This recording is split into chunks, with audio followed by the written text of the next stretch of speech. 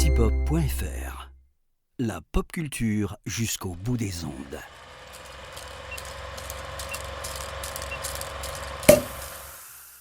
Bonjour à toutes, bonjour à tous. Bienvenue dans ce nouveau numéro du calendrier de l'après de l'apéro ciné.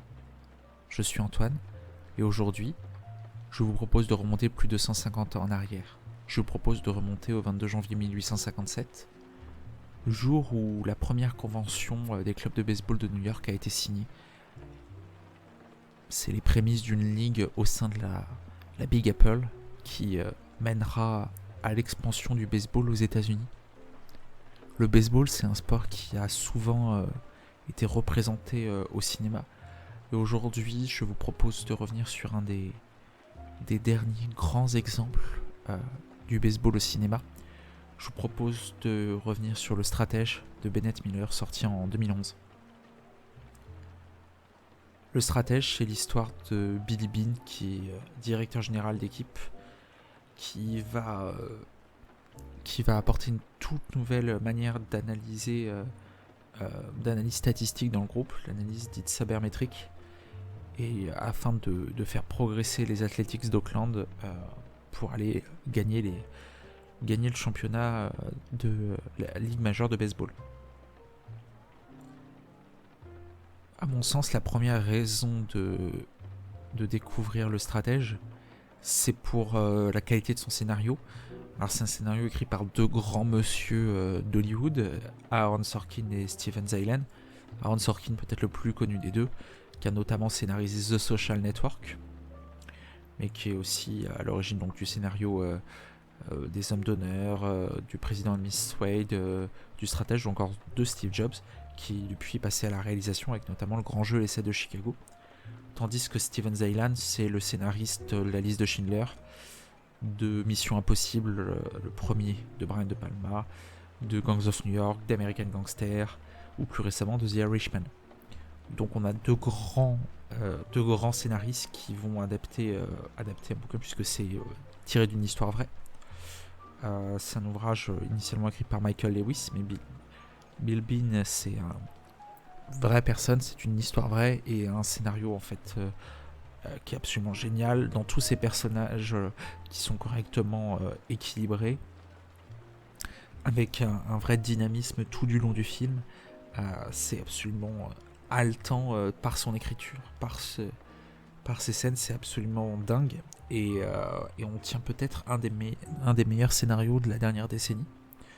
Voilà, Aaron Sorkin et Steven Zailan nous prouvent encore que sont deux excellents scénaristes, et si vous en doutez, je vous conseille de voir Le Stratège pour vous en convaincre. La deuxième raison, pour qu'un bon scénario donne un bon film, il faut un bon metteur en scène. Bennett Miller s'est complètement révélé au monde ces 15 dernières années, avec Truman Capote tout d'abord en 2005, puis The Foxcatcher qui a déjà 10 ans. Depuis, nous attendons toujours un nouveau film de la part de Bennett Miller. C'est un grand metteur en scène dans la pure tradition américaine.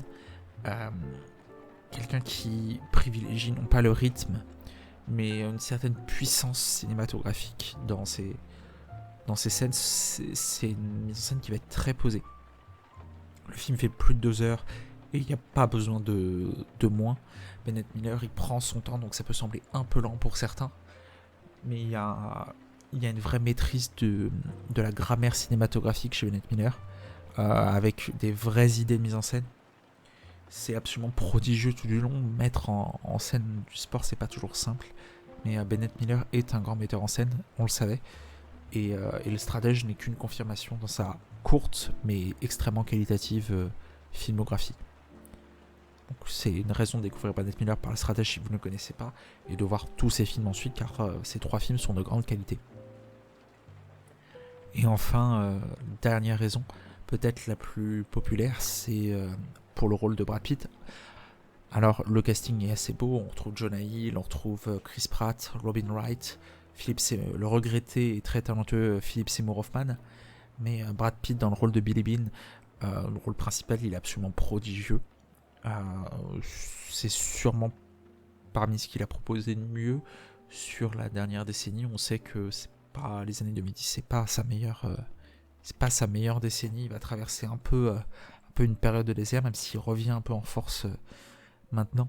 Avant vraiment de revenir sur le devant de la scène avec Ad Astra, avec le Tarantino, avec Babylone. C'était son dernier grand film, vraiment son dernier grand rôle, avant de se perdre un peu dans des blockbusters. Et voilà, il aurait mérité d'être récompensé pour ce très grand rôle qu'il mène avec brio, qui nous rappelle que c'est un acteur de très très grande qualité, qui est absolument pas démérité de sa nomination aux Oscars. On aurait pu citer Jonah Hill aussi, qui a été nommé, qui est absolument prodigieux. C'était le début de la transformation de Jonah Hill d'un acteur vraiment comique, des films de Julia Pato super grave, en un acteur dramatique avec un vrai potentiel. Mais Brad Pitt est sûrement l'acteur le plus bluffant dans ce film, dans un casting d'excellente qualité. Voilà, c'était les 3 raisons de voir ou revoir Le Stratège de Bennett Miller. C'était le 22e numéro du calendrier de l'après de l'apéro ciné. Je vous souhaite à toutes et à tous une très bonne journée et je vous dis à demain pour un nouveau numéro.